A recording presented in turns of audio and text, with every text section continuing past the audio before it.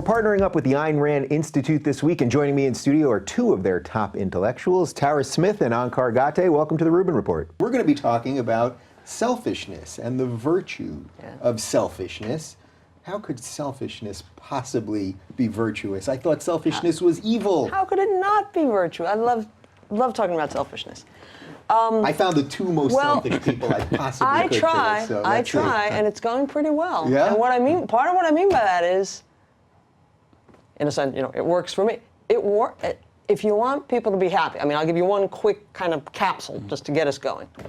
If you care about people's being happy, genuinely having fulfilling lives, feeling good about their lives, but with good reason to feel good about their lives, then I think people need to think carefully about what's in my best interest. And that's largely what selfishness is all about.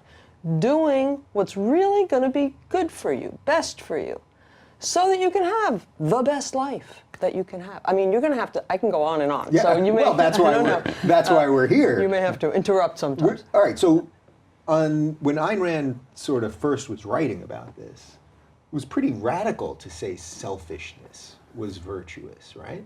Yeah, I think it still is radical. Yeah. She's in a weird way, it may be more radical now at some level. She's basically the only person who will say that selfishness is a virtue. And people often say, well, look, we obviously know that it's a vice. You know all kinds of people that you label as SOBs, they're cheaters, they cut corners in their work, they're always trying to take advantage of other people. And she has a completely different conception of what it means to be selfish. What she thinks about those people is they're actually not pursuing what's in their self-interest. They're not doing anything that's going to make them happy. And if you really took seriously that it's your life, you have one life to live, I'm trying to make the most of it, you would not act like that. And I think even more important, the way she thinks about it is that we bundle together into the concept. So the idea of selfishness, so the used car salesman who cuts corners, he's put the odometer back, and he's trying to cheat his customers. We put that together with a Bill Gates, who's labeled as selfish because he makes oodles and oodles of money. But he makes it. He doesn't steal it. He doesn't cheat his customers. He's offering a tremendous value. We call a kid who wants to just play with his toys and doesn't want to share. Maybe he's saved for a year to buy a bike, and now he wants to use it. And someone who hasn't done anything comes by and he doesn't have a bike, you have a bike, so you're supposed to share. Like, why? And we put all this together. All these people are selfish. Yeah. And some of these people are bad, and some of these people are profoundly good. You can't think with that kind of concept. I think we have a very crude vocabulary for bad behavior. So we just throw it all, it's all selfish. Well, no, not if you're really thinking about what is in your self-interest. Now, a lot of that behavior is bad and should be condemned, but because it's inconsiderate or non-objective about the other person, or abusive in some cases. There's all sorts of bad exploitative behavior, and Ayn Rand is certainly against that. But doing what's good for you, and sometimes that means turning away the appeal of somebody else, but this person needs it, or this other person is more important than you. It's like, no. My life is the most important thing to me, just as yours should be to you, and just as yours should be to you. And in fact, that's really the only path by which people can lead the kinds of fulfilling lives and rewarding lives and genuinely good lives.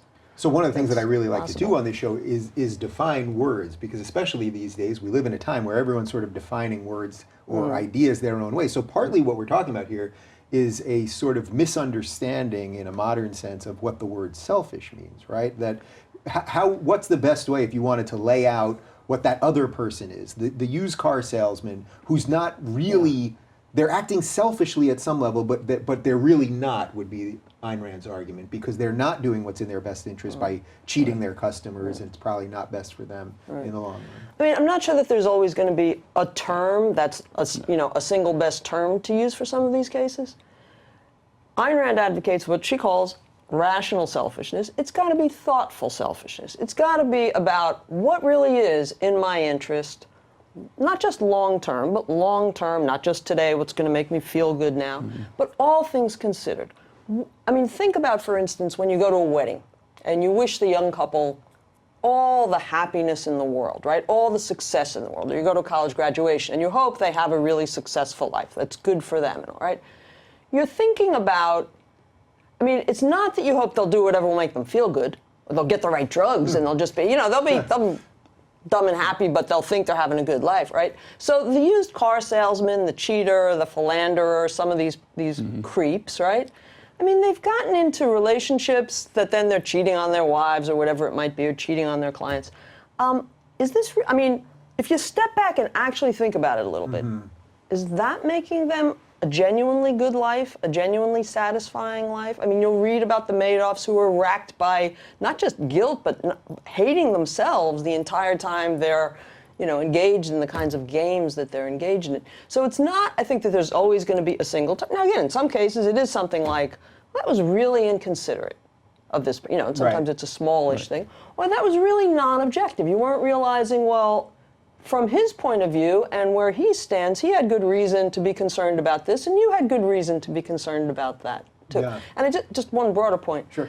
While I do think some of this is about what we mean by the term, it's not just, Rand is saying what everybody else is saying, but she's using the word a little differently. I mean, she is saying, no, radically different from just about everybody else who talks about ethics, when she was writing Today, Forever, your life is yours. You should make the most of it in a way that's respectful of the fact that others' lives are theirs and so on. But to do that, you need to be focused primarily on the value of your well-being to you and trying to think about what's really going to put together or compose that mosaic that is the best life for me. So would it be fair to say that acting in your own self-interest is the most it's sort of the best way you can live if personal responsibility is of primacy to you? If personal responsibility and your own life. So I think another way of thinking about that, she's advocating selfishness. And it's not the only term she uses, as Tara was saying. I mean, rational self-interest is another one. And another one is the pursuit of happiness. But if really taking that seriously, it means the pursuit of your own individual happiness, that's what you should be aiming at. And part of, I think, when she's trying to reclaim the term selfishness, I think part of the way it gets a bad rap is people are presented with a false choice.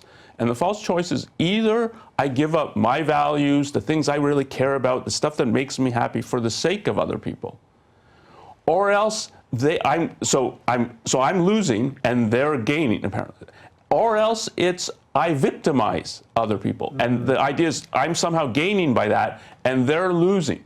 And those are your two choices. So you can be selfless without a self, and then you're sort of like a patsy, and you give up everything for the sake of other people. Or else you're selfish, and that means you're exploiting and taking advantage of other people. And she says this is a false choice. And I think that's really important to get it. And both are not selfish. So if you're really thinking about your self-interest, neither is the way to pursue it. Right. So there has to be some kind of third alternative. And what she's putting out is a third alternative, that you can live a life that you're aimed at your own happiness, that's radically non-exploitative, so that you don't think of other people as prey.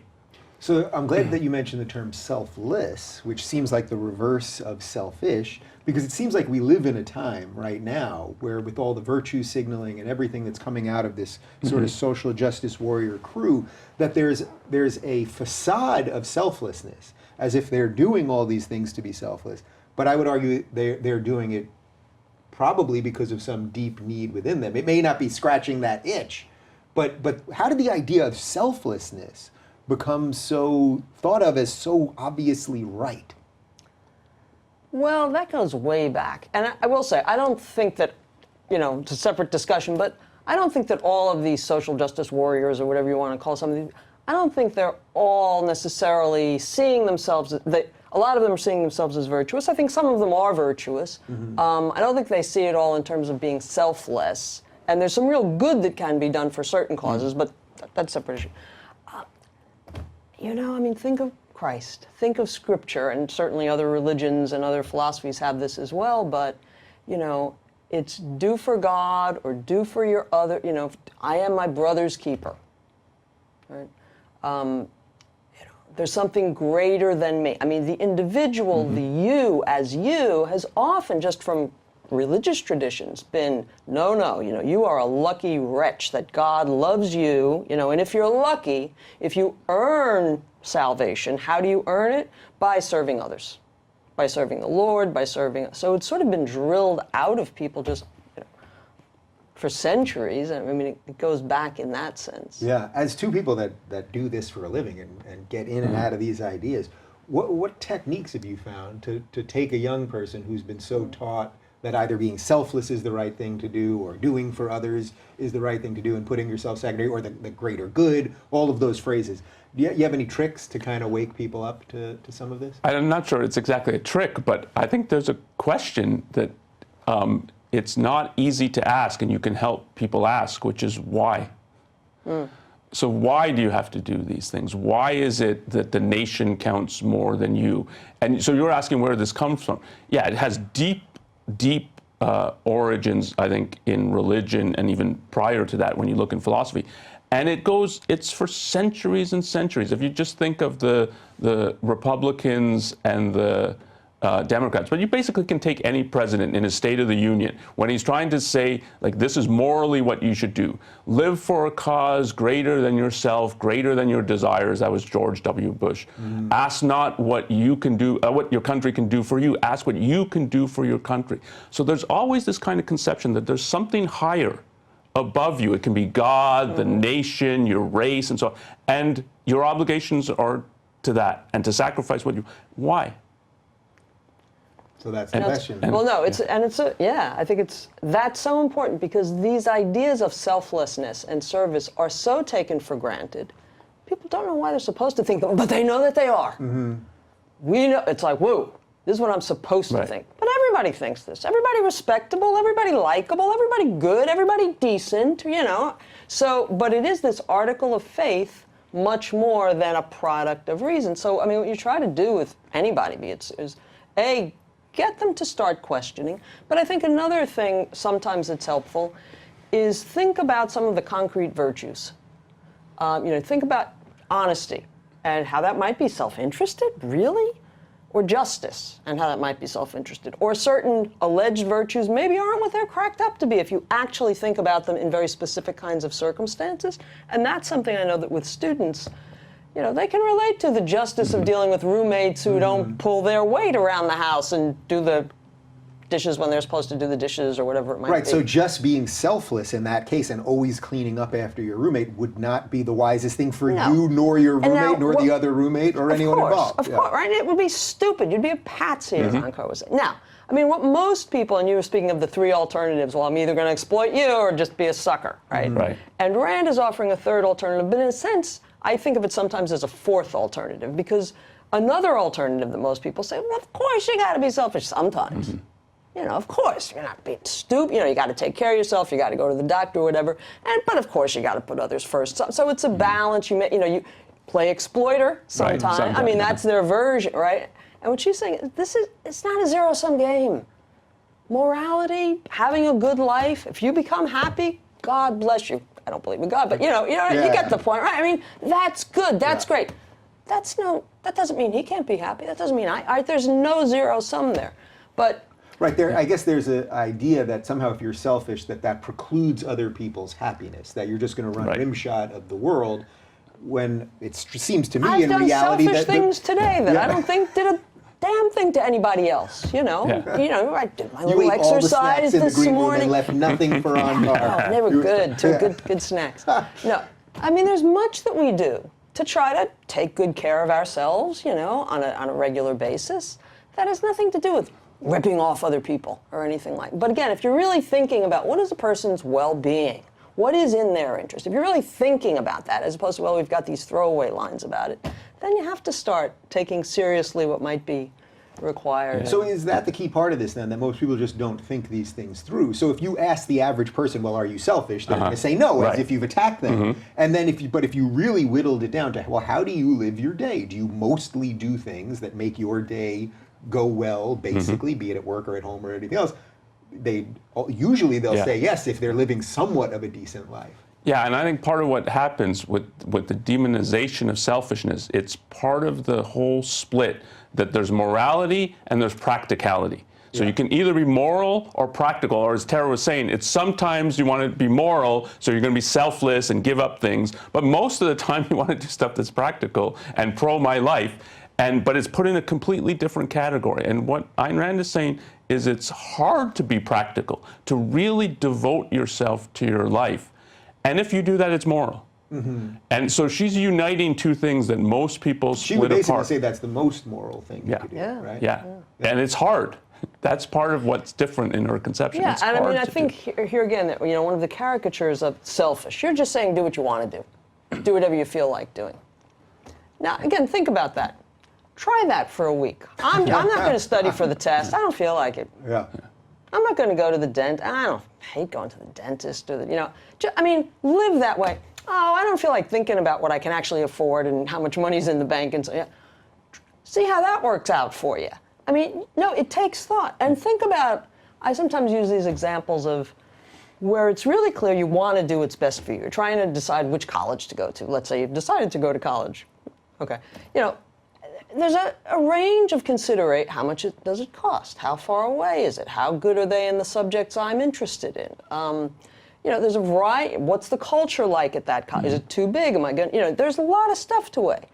Where even though the objective is, I want to do what's going to be best for me. That might be clear, unequivocal in your mind. Doesn't mean it's a no-brainer what's going to be best for you. People face, that's just one example. Mm-hmm. Medical treatments in some cases. Should I take this job? There are a number of cases where it's not transparent. It's not always easy. It sometimes takes discipline to, right. Be on that paleo diet or make that marathon and train for it and so on. So we're not saying just always take the shortcut or something like that. Right. I suspect, if you remember when Mother Teresa died years ago, that they said that on her deathbed she was realizing that she wasn't as happy, basically, and that she had doubts all along. Mm-hmm. I suspect that wouldn't surprise you as someone that tried to live for others all the time. I think she had, when you read some of her diaries and stuff, doubts about what she's doing. I think part of the doubts are I've given up everything, and there's the big question of why is there's really no reason to do it. And you need to invent a God and all the particulars of it, that the God wants you to sacrifice and give up your things. And you don't have any reason really to do it. You've never been given a reason. That's part of what the faith is, that I'm going to subordinate myself to this alleged higher power. And to live a life like that, you're going to have doubts. Did Ayn Rand ever link any of this to just how we're wired? That if you leave some people to their own devices purely, that they will do some of the shadier, selfish stuff, let's say? That it's not just, because not everyone operates in a purely rational way of thinking all the time. Right. Do you know about if there was any connection to that? I wouldn't put it as it's exactly wired, but it's sort of a default in that it's a real achievement to think. So just to think and engage and think what is right and wrong, what is true and false. That's an achievement. It's not you have to do something wrong. Most people do that automatically, and you have to be doing something wrong. That is a positive achievement that a person has to choose. And if he doesn't choose to do that, then I think there's all kinds of defaults that he's going to follow what other people do. He needs some kind of guide, and he's not in this idea of self-responsibility. He's not his own guide. He's not figuring out what to do. So the typical thing is to look to other people, and that easily then can become you're sort of living for other people. They're telling you what to do. It's the authority and taking order kinds of things, and it leads to. So she has a lot from that perspective, I think, but she thinks of it as a sort of default of you've got this tremendous capacity that you could choose to realize, and you can make something of your life, and if you don't, then there's all kinds of things that happen. No, doing your own thinking is one of the major virtues that she talks about. She talks about it in terms of independence, but it's, you've got to do your own thinking. Learn from others, be open to, and you can learn tremendously from others, but you've got to think it all through for yourself, whether it's on moral issues and how I should lead my life or what I should do or whatever. That's actually one of her sort of central selfish virtues is do your own thinking, try to understand for yourself so that you can make good decisions about what's true, what's real, what's right, what's moral, what's going to serve my well-being and my happiness. Yeah. Are you guys particularly enthused at this moment for some of these ideas? Because when I hear you say that about people thinking for themselves, I mean, you know, I'd like to think I'm a little part of something that's happening online right now where people are doing it.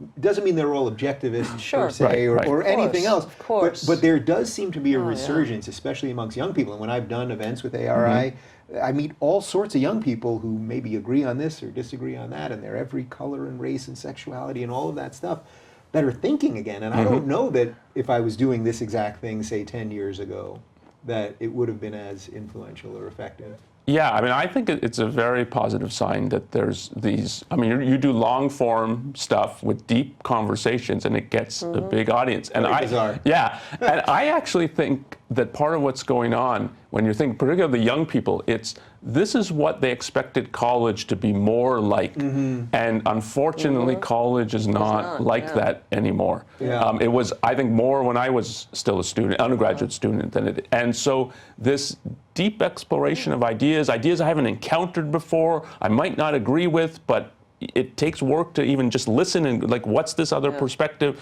And let me think about it, and the space to think. And you're not supposed to just fall into lockstep with everybody else. There's too much of that now.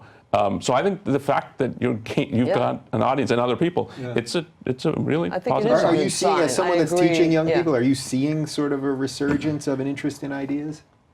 Somewhat. I mean, even though I'm at a big university at the University of Texas, I often teach small classes and somewhat selective honors classes, often at least. So it's, in that sense, I can't give you the most representative spectrum. But I definitely see, for instance, I've had free speech dialogues for several years. I was hosting these sorts of things, and just as Onkar was saying, students, all sorts of students attended and really responded positively, again, in the sense that they really seemed like they wanted to engage with different ideas. And I do think you're right that 10 or 20 years ago, there wouldn't have been as much interest in hearing other ideas, but I think it's just the bankruptcy of the reigning philosophies, the reigning political philosophies and moral philosophies, and the fact that this selflessness, really be selfless and serve it, even though that's still, what you're supposed to think and what everybody says.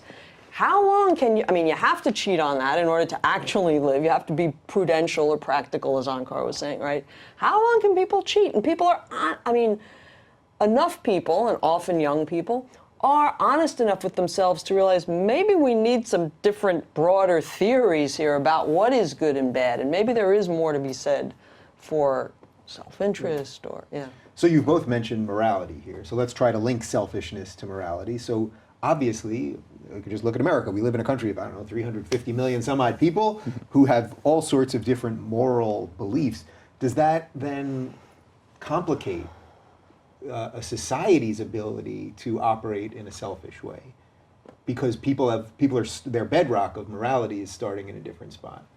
I think it does. And if you think back to the founding of America, it's not everybody has to agree with this, but you need a significant minority who thinks that the pursuit of happiness is a good thing to engage in.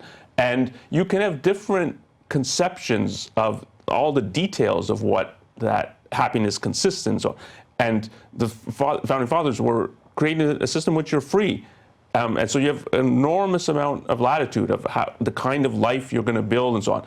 But if you really have a perspective that it's a sin to pursue your own happiness and to exhibit, so another one of Ayn Rand's virtues, pride. Mm-hmm. I mean, and pride is about making something of yourself, and you can, put it very colloquially, you can look in the mirror and have a moral approval, like I'm morally good, to have that, and that takes work to achieve that.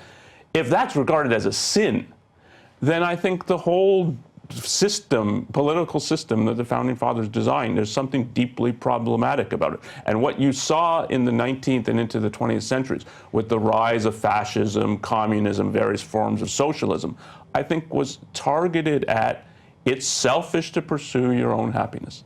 And it is. And freedom is what's once you're talking about a society, an organized political society, I mean, what allows people to have great variations in the gods that they pray to, or whether they pray at all, and the moralities that they practice, what allows that is a common commitment to individuals' freedom.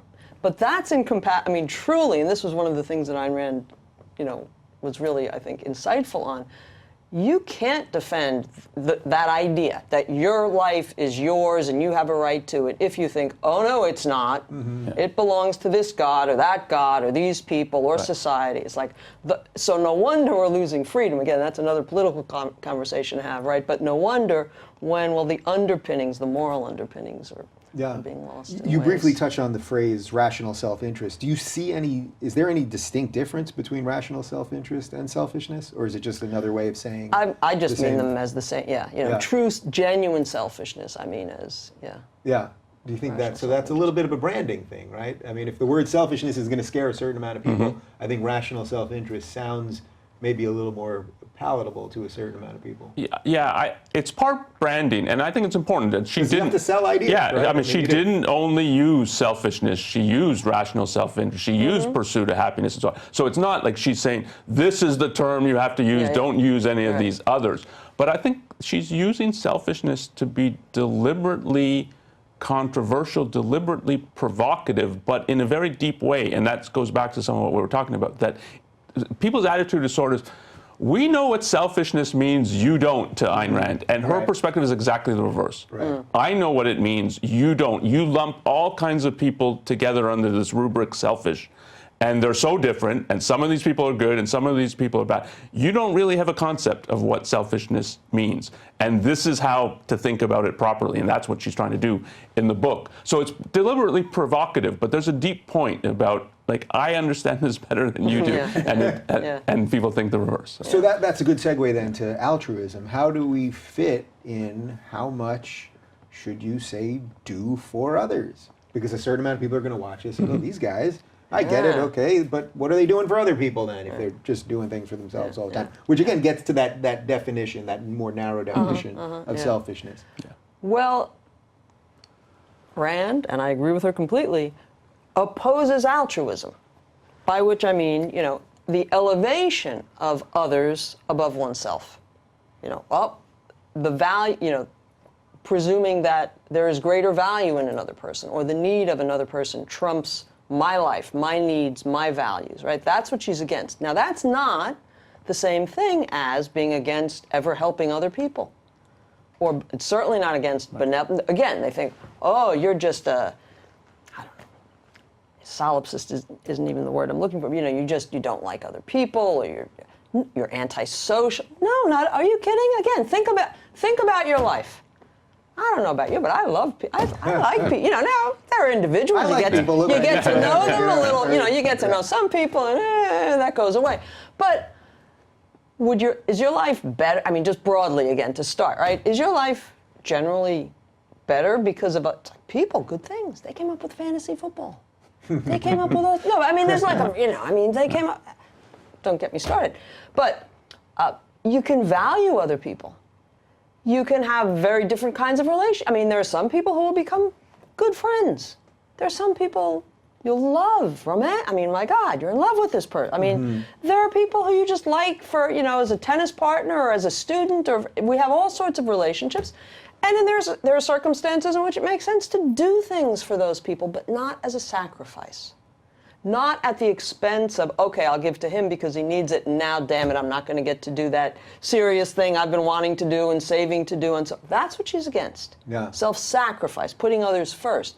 But there are, and one of the things I talk about, I have a book which talks a lot about Rand's version of selfish virtues, and I have a section in there where I talk about generosity and charity and where they shine in, because they're not virtues for her, but nor are they thou shalt nots.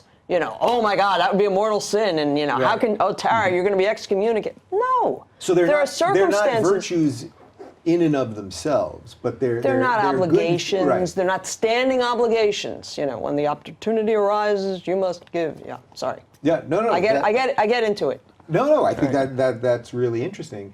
So you were asking a little bit before about thinking of this from a more biological perspective. And I think part of the way she thinks about it is, so the whole issue of fact and value comes from biology. So when you think about living things, you think about them as having values. That is, some things are good for them and some things bad. Some things beneficial, some things harmful. And that any living thing, I mean, a plant, if you don't water it for 2 weeks, is that good or bad for it? And everybody has this perspective. Well, it's obviously bad for it. And any living thing you look at like that. And it's true of human beings as well. And it's how you should look at your own life. That there's values in the world that I have to pursue, given that I'm a human being. But the selfishness as exploitation, the idea is it's dog eat dog. And that's what she's rejecting completely. And I think this is what's radically different about human beings, that we're capable of trading. And so her principle, she calls it the trader principle. It's that you should be giving value for value with other people. So you should seek out other people. It's not just, okay, they happen to be here, so I'll go talk to them. So seek out, there's all kinds of values you can learn from them. There's companionship, and there's trade and specialization and so on. I mean, the civilization we live in, you couldn't live in like each person on a desert island. I mean, it's ridiculous. But there's a vast, vast difference if you're dealing with someone where you're both profiting from the relationship, or only one person is. And if it really is win-lose, whatever the direction, it's not a good relationship. And we're capable of having win-win relationships. That's particularly interesting to me, because I think a lot of people think you can't have a win-win situation. I think a lot of people think in the terms of, if I'm getting something, as if there's a finite amount of something, and that means that I have to be taking, and I will now have more. And that's where we're different. Human beings are different, right? We're not just like animals who have to scavenge and, oh no, there's only so much meat, and if this wolf gets it, this one won't, or something. It's like, no, we create values. And this was obviously, well, as anybody who's read Rand knows, major theme. It's our minds, our use of reason that enables us to create the values, not just find them somewhere, oh good, got there first, right? Create the things that we need to survive, to flourish, to enrich our lives, to make our lives so good, right? And so, I mean, again, you just think of some of your best relationships. Now, again, that's starting with your best relationships, right? But hopefully, I don't know if you're married or what your situation is, right?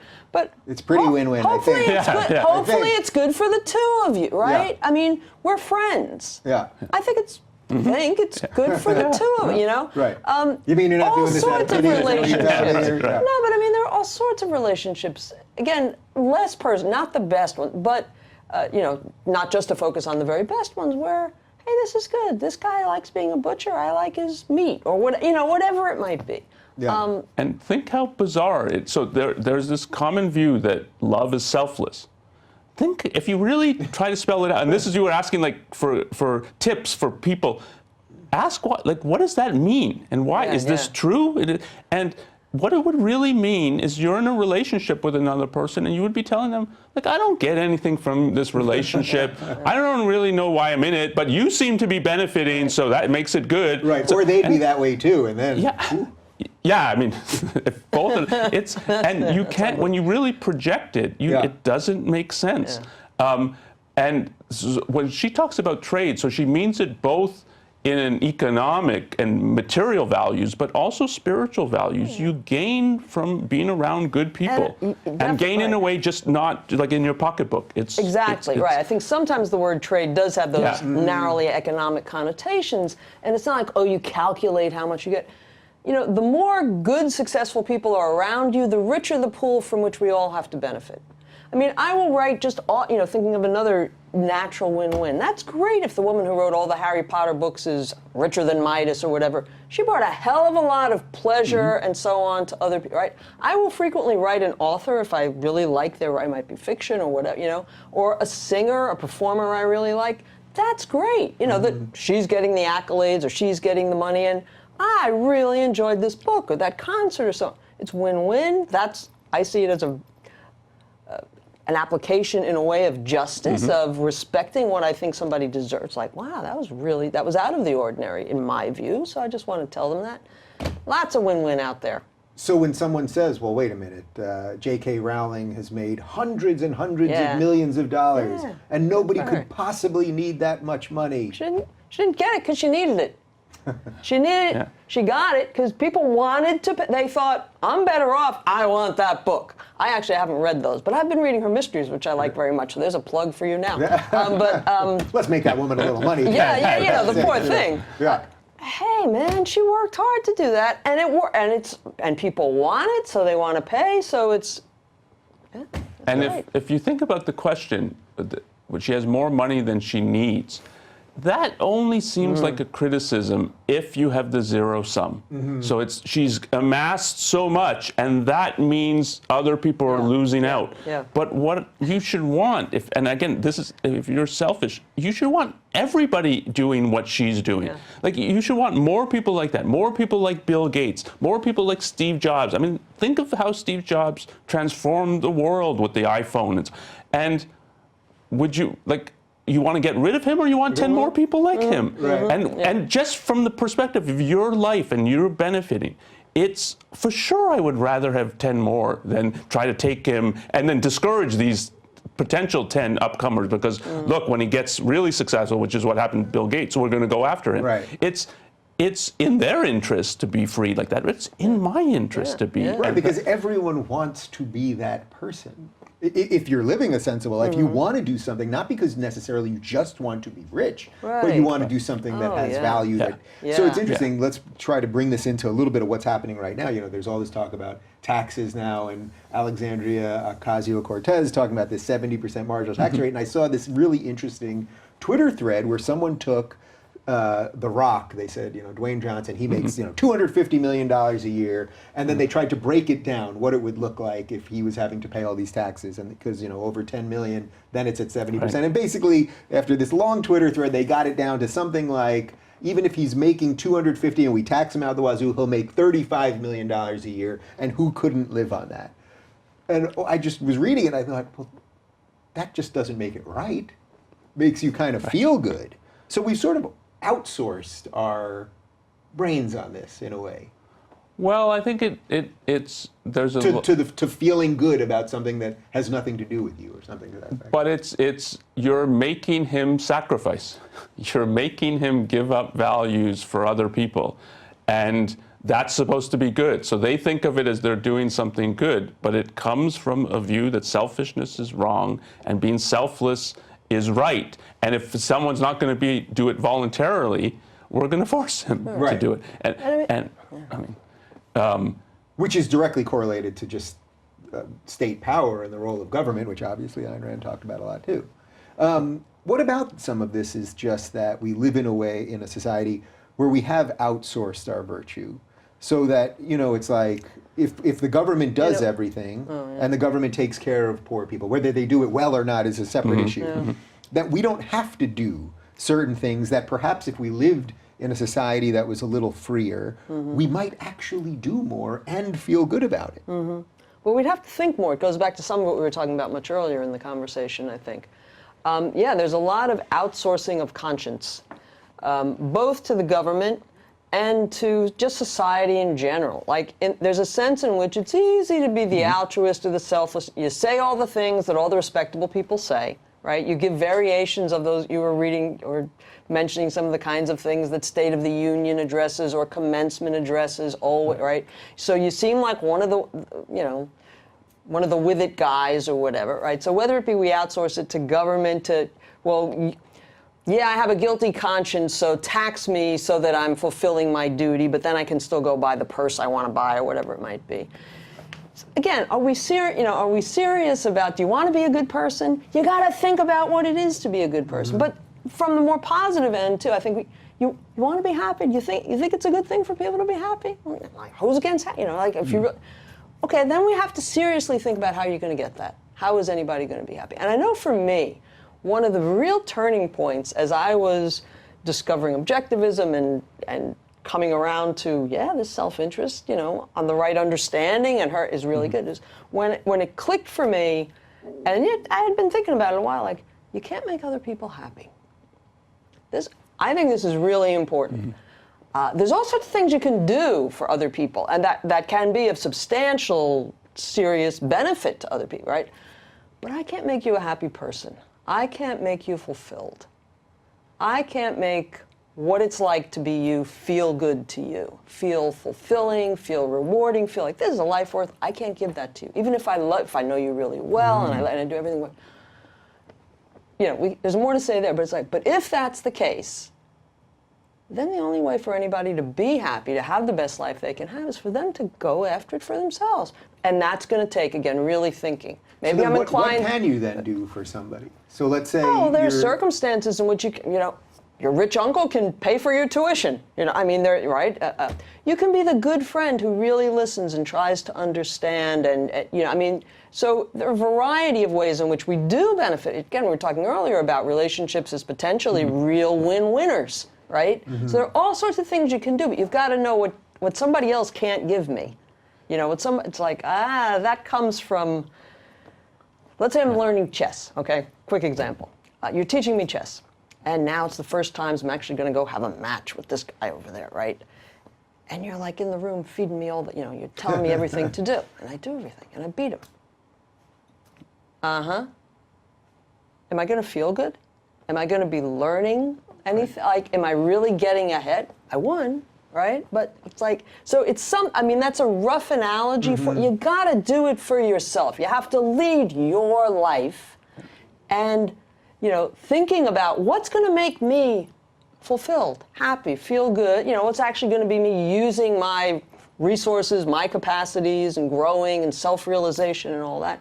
That's the kind of thing somebody's got to do for themselves. They could still have great relationships with others, and that can be part of them building their good lives. Yeah. So a lot of this also comes down to the right way of parenting, probably too, which is that you just want to give this person that you brought up into the world the right tools so that they can go ahead and figure it out for themselves. And to really encourage just them. handing them a bag full of the problems are all fixed and do whatever the hell you want to do. Yeah, and I think it's the parenting and wider education. I mean, we're both teachers, and we both know there's a lot of things you can do to help students learn, but if they're not putting in the work, you can't shove the knowledge into their mind.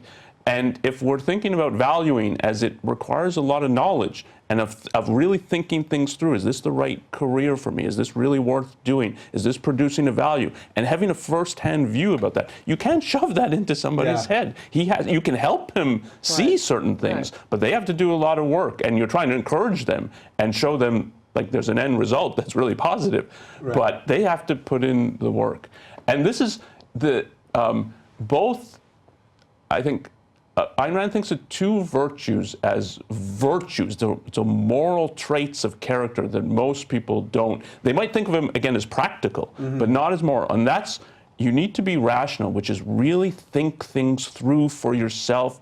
Don't be too quick to just agree with everyone else. Do I really understand things? And to be really pursuing and loving knowledge. And then to be making stuff, to be producing. And I think that's the most distinctive. And it goes back to this, she views life as trade when you're interacting with people. You can create new values. And to go back to the Cortez, the 70%, she's seen as moral because she's going to take somebody else's money and give it to somebody else. And the guy who's created it is not seen as moral, and he has no say about what happens to his money. He's an afterthought. Yeah, because he made it. Because the money's here, because he already did the dirty work. He's got enough. Now, there are circumstances which say that's enslavement and so, but somehow, oh no, this is moral. This is this is the higher ground that we should all be on. Well, it also, at some level, I suppose, comes down to that a certain amount of people think that they can control the universe or something to that effect, right? Like she's trying to build a system that if she could only build her perfect system, we would all behave in the way that she wants us to behave, which is called dictatorship. There is a word for that. Right. Well, actually, not polite to say of Saint Cortez right now. Right. Well, we just opened the YouTube comments up. There you go. There you go. Let's link this though to justice, as long as we're talking about Cortez. And you mentioned justice before. Now, everyone that watches my show knows how frustrated I am with the social justice crew. But as you alluded to earlier.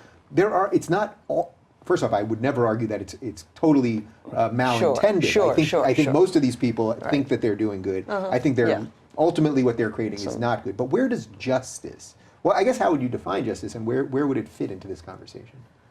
Justice is definitely one of the central virtues in Rand's account of selfish virtues. She says justice is a matter of judging other people objectively and treating them accordingly. So it involves, a couple of parts to that, right? It does involve judging people as opposed to judge not and be not judged, or who are you to be judgmental, or who are you to judge, and all that. No, you have to judge individuals. Right. People always say, don't judge me, but we do this it's every ridiculous. moment of the day. Have every to interaction judge. you have is a judgment. And notice that if you're good, you're not going to say, don't judge me. But if you don't like things about don't you. Judge. Right. But it's, again, judge objectively. So you have to go by the evidence, right? And sometimes you don't have enough evidence. So don't judge prematurely. Don't be like, I got to reach a judgment. I don't know enough yet. Or I don't have enough to go, or whatever. So you have to judge objectively, and act accordingly. Treat the person as he deserves. And so it's definitely a virtue. It's a virtue, again, it's an application of being rational, as Onkar was talking about earlier. Be realistic about people. People vary in many, many different respects. It's not just a matter of judging their moral character, right? I have to judge my mechanic. Gee, every time I bring the car to that guy, I always have to bring it back 3 weeks late or whatever, right? Or this place charges too much for whatever it might be, right? You judge roommates again, college roommates, whatever kind of, right? Who should I have babysit the kid? I mean, we judge people for all sorts of things, minor, major, very consequential or not. It makes sense for your own self-interest to try to be very clear-eyed in the judgments that you make, and I'll give my business there or not. Or, no, I'm really interested in that person. Let's see if she wants to go out Saturday night or whatever it might be. So you judge people, you treat them objectively. And so if we live in a society, though, where people have a different moral bedrock, and I know that even though you'd love for everyone to live by these rules, obviously you're not going to impose it on them, I know that much. How do we get a consistent definition of what justice is, then, as a society? I think it has deeper foundations, so and there has to be some agreement on those deeper foundations. Again, not every single person has to agree, but you don't. If you have on the foundational issues in a society, everyone disagreeing about everything, you can't build a culture. You don't really have a culture. You have a clash. And an ideological clash, right. And I think the basic to be sort of that right yes, now, actually. And I think it's because there's various competing issues. There's still the Enlightenment heritage of viewing people as individuals, and that they have control over their lives, over their thinking and action, and I can therefore judge them as individuals, and that justice is an issue of judging individual by individual. You can't have blanket and collective, when we're talking about moral judgment, that all blacks or all gays, that there's no such thing if you're really thinking of the moment. It's like, guys. And the more you have, and again, at the deeper foundations of the culture, the more it's pushing that what your identity is your group, or it can be different groups, and the more that your conception of justice is totally different, because you don't think of it as an individual in control of their lives, and I have to judge individual by individual. And if there's not agreement about that, like if most people think, no, we're just these group, tribal. Rich people are exploiters, 70%. Right. I'll take. Right. And this is tremendously what's happening right now. I mean, this is what I would say the sort of oppression Olympics of judging us by those traits and looking at somebody and going, you have darker skin, so I should think this, or you're a woman, so I should think this. I mean, this seems to have become mainstream thought right now. So it's funny, when I've had Yaron Brook on a couple times, he'll talk about how, well, when he goes to Eastern Europe, where they're starved for ideas because they've lived through communism, well, they love Ayn Rand because they need a spark of individual. Yeah. No, I've gone just a few, nothing like your own, but a few Eastern European countries and spoken there. And the reality of the alternatives is more palpable to these people, even younger generations, but they remember their grandfather's farm and, the do it all because you didn't have a freer economy and so on. It's all much more real to them, But I think we've definitely kind of socialized the idea of justice. I mean, justice is an interesting virtue in that it goes way back, and Many different cultures, East and West, have very strong ideas of justice, and many of them are essentially this idea of you treat people as they deserve.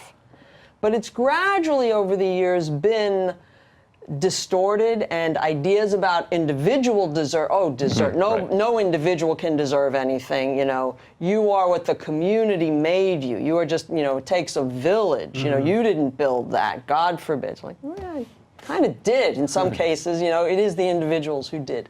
But it's a sort of a transposition of the anti-individualist that's really perverted justice in some of these ways that we're seeing. So this has been a through line through everything we've done here, but let's just bring this to honesty also, and why honesty is so important.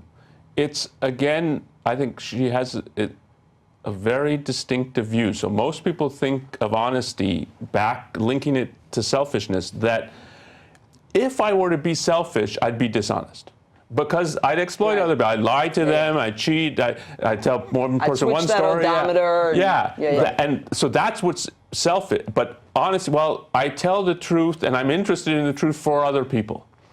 And Rand's view that I think is that it's really important to get that this is right is you should care about the truth for yourself. So you should be, her conception of honesty is a passionate commitment that I want to know what's true about my life and the world in general. If I'm in a bad relationship, I don't want to fake and pretend that I'm in a good relationship. I'm never going to get to being in a good relationship if I don't face the fact I'm not in a good relationship, or I don't like my job at work. Right, but people on Facebook will think you're happier than you are, and that seems to be what that's true. That's true.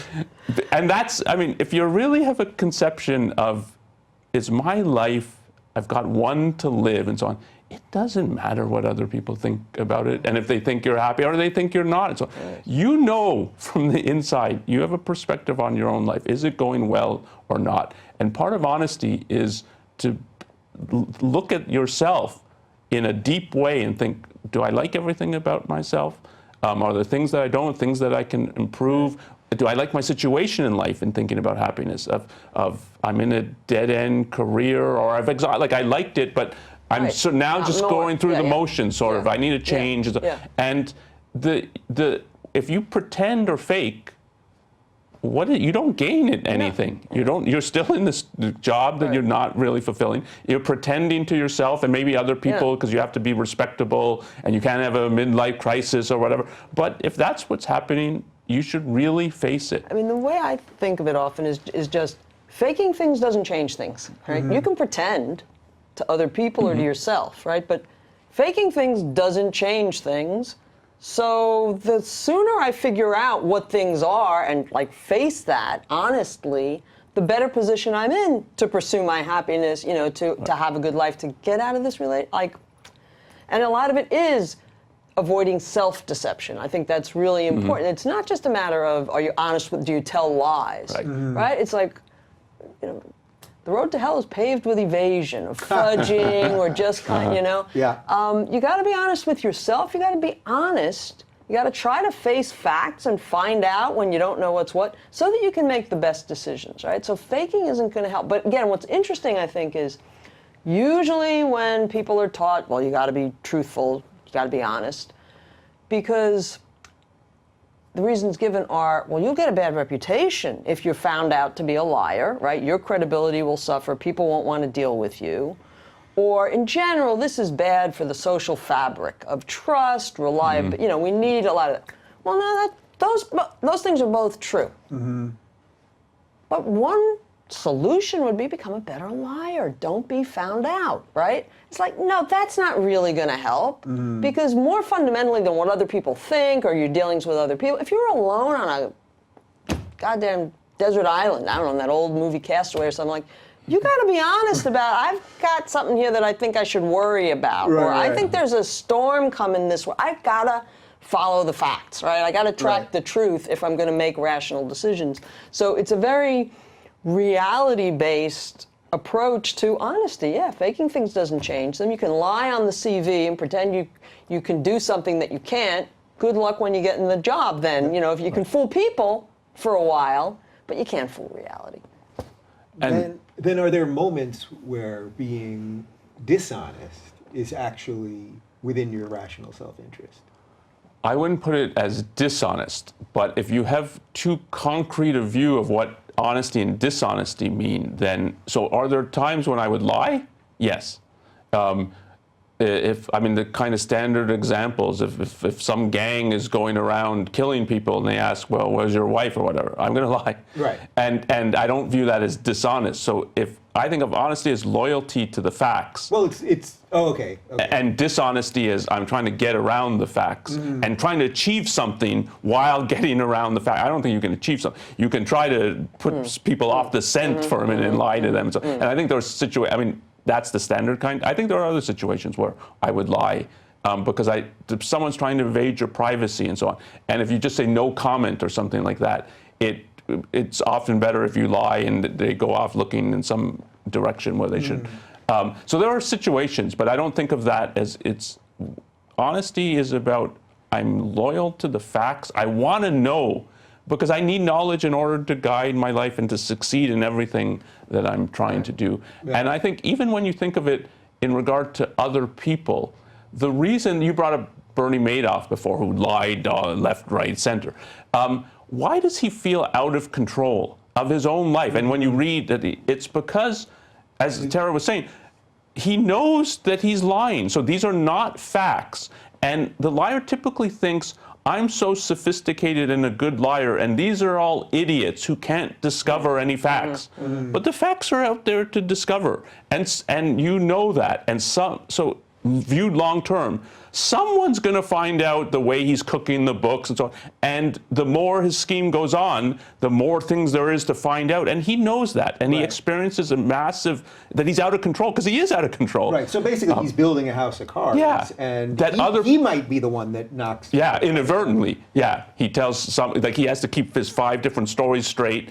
And he tells the wrong thing to the wrong person who then starts to question.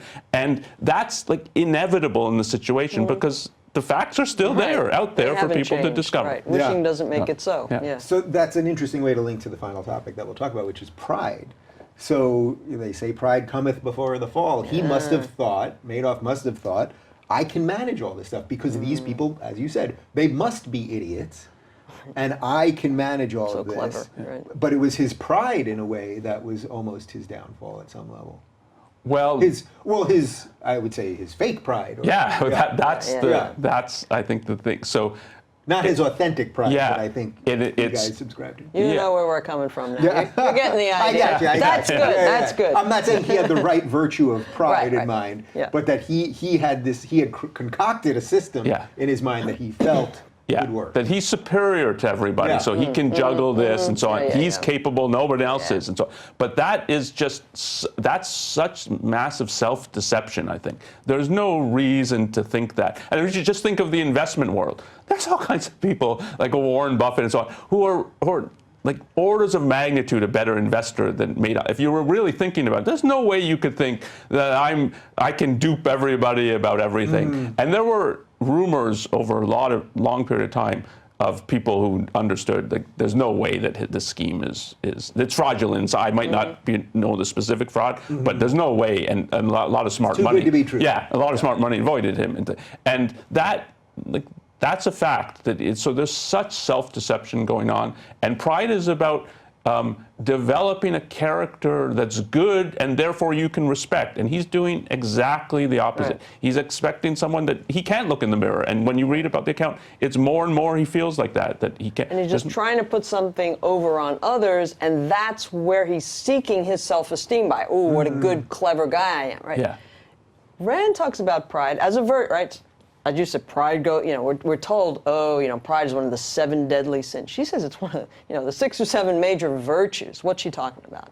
She's not talking about patting yourself on the back. It's not this self-congratulatory, oh, I'm wonderful. Get ready for my close-up. Pride is about, she describes it as moral ambitiousness, which I think is one of the loveliest phrases in her nonfiction writing. Trying to be the best person you can be. You referred to making your character. We talk of a self-made man, he made his fortune, or J.K. Rowling made her fortune. You make your character. you can make your character as good as it can be, not as an end in itself, but so that you can have the best life. Right? Hey, I want to really live according to the principles that make sense for human happiness, for human beings to have rich, flourishing lives worth living. I want to do, so if I figure out what the right principles are, I want to practice those. You bet. I want to be perfect. Now, perfect, you're not, everybody freaks out when you say the word, but I want to be as good as I can be. When I'm 22 years old, when I'm 28, I have different capacities and so on at different times. So it's make your life as good as it can be morally ambitious. That means, again, you got to be honest with yourself. Right. It doesn't mean you excuse, it's like, no. If you realize, ooh, Tara, that was not too good. You've got to be honest. If you really care about your character, your life being as good as it can be, but that's what she's talking about. Yeah, you should be proud. You should feel good about yourself when you've earned that. Aristotle said the same thing on that part. He said, yeah, pride is the crown of the virtues when you practice all of the other virtues and can honestly look at yourself in the mirror. But what it's about is not this gaze, and it's not comparative. It's not, oh, I'm so much better than him. It's, I want to make my life as good as it can be. I want to be morally ambitious. And if that's pretty good. That's pretty good. I'll make one last. Yeah. That's from Rand. I didn't make that up. That felt like a good ending to me, and then we locked eyes. Give me something here. I just to look at it back from the perspective of the moral and the practical. This is when she's saying they go together. Most people fear morality. They're suspicious of it. Because they think of it. It's there to take their values away. It's The Rock. He's made $70 million, and now, well, to be moral, you would give 70% of it away. And what her whole conception is, no, you live it to the fullest. So pride is both, it's moral and practical, and you're trying to unite these things together. So instead of fearing morality, you're interested in it, and you want to learn its principles because it's going to advance your life. It's such a radically different view of thinking about morality. That is a solid ending, my friend. All right, well, it's been a pleasure chatting with you guys. Thanks for watching, everybody. Remember, this is just one in a series of 6 of these interviews that I'll be doing over on the Ayn Rand Institute YouTube channel, and you can find a link to that right down below.